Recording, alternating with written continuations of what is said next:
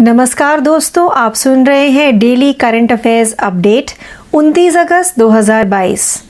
मैं हूं आपकी आरजे प्रियंका और बिना किसी देरी के शुरू करते हैं अपना आज का पहला अपडेट, जिसका शीर्षक है महत्वपूर्ण दिन।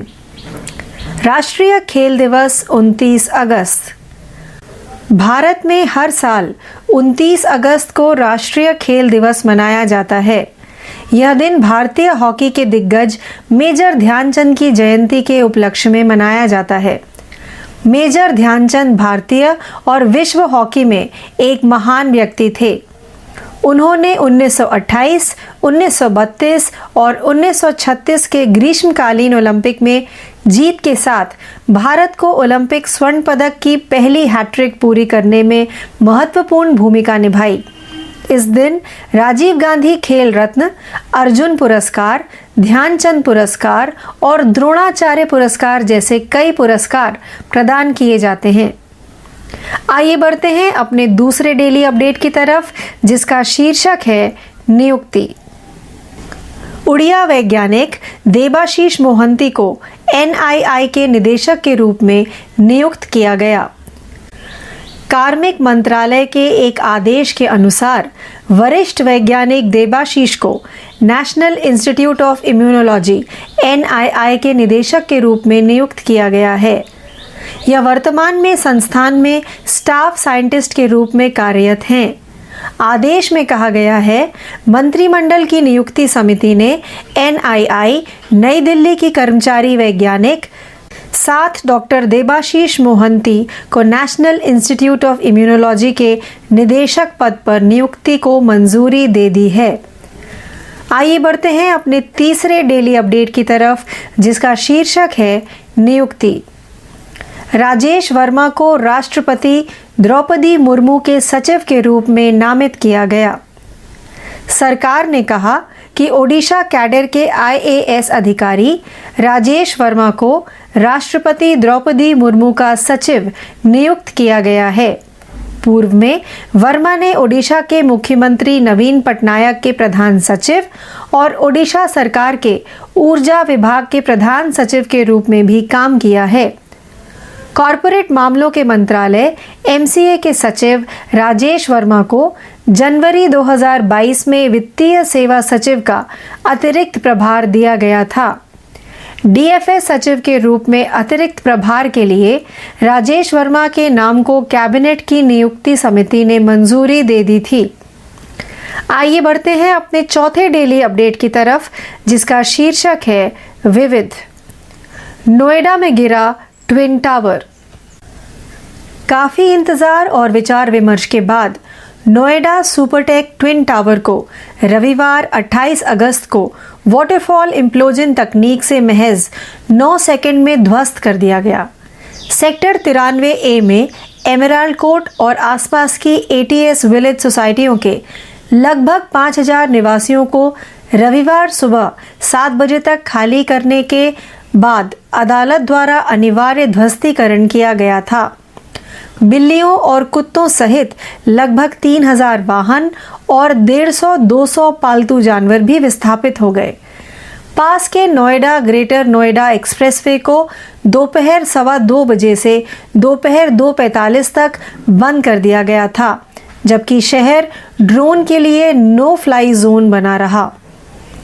आइए बढ़ते हैं अपने पांचवें डेली अपडेट की तरफ, जिसका शीर्षक है नियुक्ति। विक्रम दोराईस्वामी यूके में भारत के उच्चायुक्त के रूप में नियुक्त। विक्रम दोराईस्वामी वर्तमान में बांग्लादेश में भारतीय उच्चायुक्त को यूके में भारत के अगले उच्चायुक्त के रूप में नियुक्त किया गया है। विदेश मंत्रालय MEA ने घोषणा की। दोराईस्वामी 1992 में भारतीय विदेश सेवा में शामिल हुए। इससे पहले उन्होंने 1 साल तक पत्रकारिता की। MEA के मुताबिक उन्होंने दिल्ली यूनिवर्सिटी से इतिहास में मास्टर डिग्री हासिल की है। 1992-1993 तक नई दिल्ली में अपना सेवाकालीन प्रशिक्षण पूरा करने के बाद दोराईस्वामी को मई 1994 में हांगकांग में भारतीय दूतावास में तीसरा सचिव नियुक्त किया गया। आइए बढ़ते हैं अपने 6वें डेली अपडेट की तरफ, जिसका शीर्षक है समझौता। इरेडा और महाप्रीत ने हरित ऊर्जा परियोजनाओं के लिए ऋण प्रदान करने के लिए एक समझौता ज्ञापन पर हस्ताक्षर किए। Indian renewable energy development agency limited IREDA ने महात्मा फुले रिन्यूएबल एनर्जी और इंफ्रास्ट्रक्चर टेक्नोलॉजी लिमिटेड महाप्रीत के साथ एक समझौता ज्ञापन पर हस्ताक्षर किए। समझौता ज्ञापन के अनुसार इरेडा राज्य उपयोगिताओं, स्थानीय निकायों और अक्षय ऊर्जा पार्कों के बुनियादी ढांचे के लिए लागू की जाने वाली अक्षय ऊर्जा परियोजनाओं के लिए महाप्रीत को वित्त पोषण सुविधाएं प्रदान करेगा। समझौता ज्ञापन पर श्री प्रदीप कुमार दास, अध्यक्ष और प्रबंध निदेशक सीएमडी इरेडा, और श्री विपिन श्रीमाली, सीएमडी महाप्रीत द्वारा हस्ताक्षर किए गए। आइए बढ़ते हैं अपने 7वें डेली अपडेट की तरफ, जिसका शीर्षक है नियुक्ति। Sajid Sivanandan Disney plus Hotstar के प्रमुख के रूप में नियुक्त। डिज्नी इंटरनेशनल ने भारत में अपने संपूर्ण व्यवसाय संचालन की देखरेख के लिए गूगल पे के पूर्व प्रबंध निदेशक साजिद शिवानंदन को कार्यकारी उपाध्यक्ष और डिज्नी प्लस हॉटस्टार के प्रमुख के रूप में नियुक्त किया है।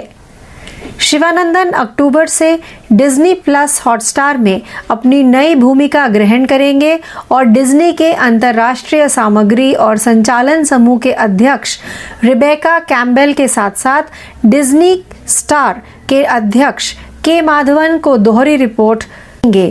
कार्यकारी उपाध्यक्ष के रूप में शिवानंदन यूएस में डिज्नी प्लस टीम के साथ अंतर्राष्ट्रीय बाजारों में स्थानीय नेतृत्व के साथ मिलकर काम करेंगे। आइए बढ़ते हैं अपने 8वें डेली अपडेट की तरफ, जिसका शीर्षक है निधन। वरिष्ठ निर्माता अब्दुल गफ्फार नडियाडवाला का निधन। वरिष्ठ भारतीय फिल्म निर्माता अब्दुल गफ्फार नडियाडवाला का 91 वर्ष की आयु में निधन हो गया। उनकी मृत्यु का कारण मधुमेह और अस्थमा सहित कई समस्याएं थीं। अब्दुल गफ्फार नडियाडवाला 1984 से इस उद्योग का हिस्सा हैं। एक निर्माता के रूप में उनका पहला उद्यम धर्मेंद्र और रेखा अभिनीत झूठा सच था।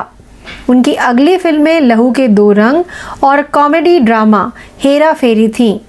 हेरा फेरी को बॉलीवुड की बेहतरीन कॉमेडी में से एक माना जाता है। वह अपनी फिल्म को लेकर बहुत भावुक थे और हर प्रोजेक्ट में जी जान से कार्य करते थे। आइए बढ़ते हैं अपने 9वें डेली अपडेट की तरफ, जिसका शीर्षक है राष्ट्रीय। अमृता अस्पताल, पीएम मोदी द्वारा एशिया के सबसे बड़े अस्पताल का अनावरण। राष्ट्रीय राजधानी क्षेत्र एनसीआर में आधुनिक चिकित्सा बुनियादी ढांचे की उपलब्धता को बढ़ावा देने के उद्देश्य से प्रधानमंत्री नरेंद्र मोदी ने हरियाणा के फरीदाबाद में अमृता अस्पताल का उद्घाटन किया। माता अमृतानंदमयी मठ द्वारा संचालित सुपर स्पेशलिटी अस्पताल 2600 बिस्तरों से लैस होगा।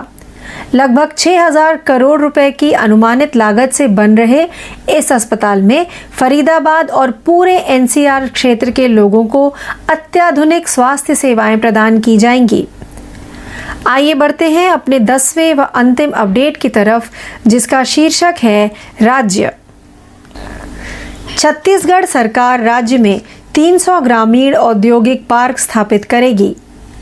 ग्रामीण अर्थव्यवस्था को मजबूत करने और गौठान को आजीविका का केंद्र बनाने के उद्देश्य से छत्तीसगढ़ सरकार राज्य में ग्रामीण औद्योगिक पार्क स्थापित करेगी। परियोजना के पहले वर्ष में ऐसे 300 पार्क होंगे। कुटीर उद्योगों को बढ़ावा देकर ग्रामीण अर्थव्यवस्था को मजबूत करने वाले महात्मा गांधी के ग्राम स्वराज के दृष्टिकोण को ध्यान में रखते हुए मुख्यमंत्री भूपेश बघेल ने आय सृजन के अवसर प्रदान करने के लिए ऐसी इकाइयां स्थापित करने की पहल शुरू की है। तो इस अपडेट के साथ ही हमारा आज का कार्यक्रम डेली करंट अफेयर्स अपडेट 29 अगस्त 2022 यही समाप्त होता है। ज़्यादा जानकारी के लिए जुड़े रहिए। मैं हूं आपकी आरजे प्रियंका। धन्यवाद।